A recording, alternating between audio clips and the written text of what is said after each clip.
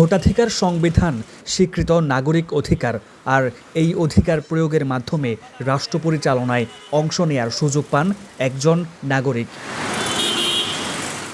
চট্টগ্রামে এবারের নির্বাচনে সেই সুযোগ পাচ্ছেন বিপুল সংখ্যক নতুন ভোটার, যার সিংহভাগই তরুণ।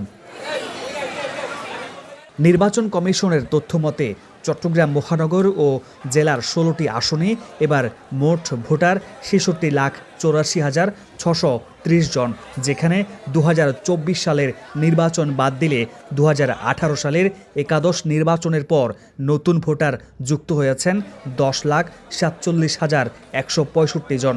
জীবনের প্রথম জাতীয় ভোট ঘিরে এই বিশাল সংখ্যক তরুণ ভোটারের মনে উচ্ছ্বাসের পাশাপাশি দানা বাঁধছে নানা সংশয়ও।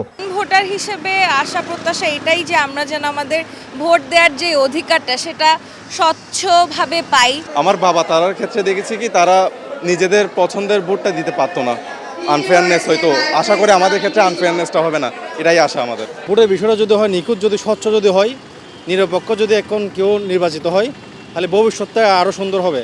তরুণ এসব নাগরিকের ভোট ভাবনায় উঠে আসছে কর্মসংস্থান, শিক্ষা, মূল্যস্ফীতি আর ভবিষ্যৎ নিরাপত্তার প্রশ্ন।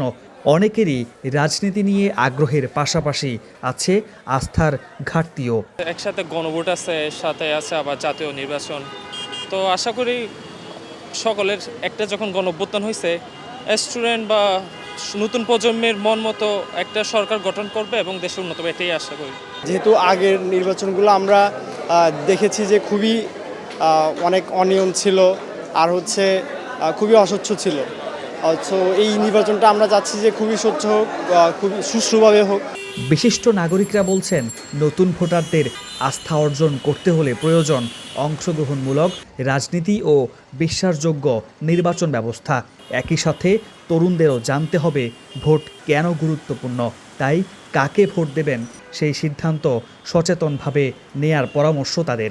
তরুণ ভোটার যে এখনও কলুষিত হয়নি, দুর্নীতির সাথে যুক্ত নয় এবং প্রথম ভোটার হওয়ার কারণে যার যথেষ্ট আমি বলবো যে আবেগ কাজ করছে, সে একজন সৎ মানুষকেই ভোট দিতে চাবে, সে একজন দেশপ্রেমিক মানুষকে ভোট দিতে চাবে, সে নিঃসন্দেহে কোনো কুচুকরি মহলকে ভোট দিতে চাইবে না।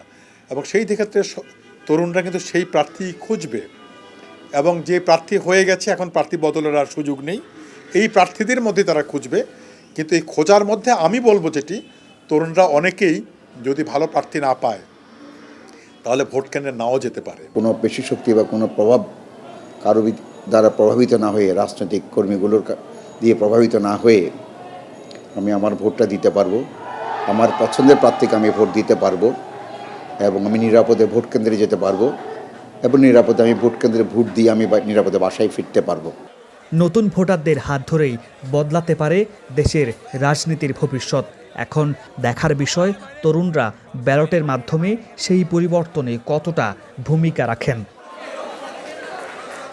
মামুন নুরশিদ অভি, স্টার নিউজ, চট্টগ্রাম।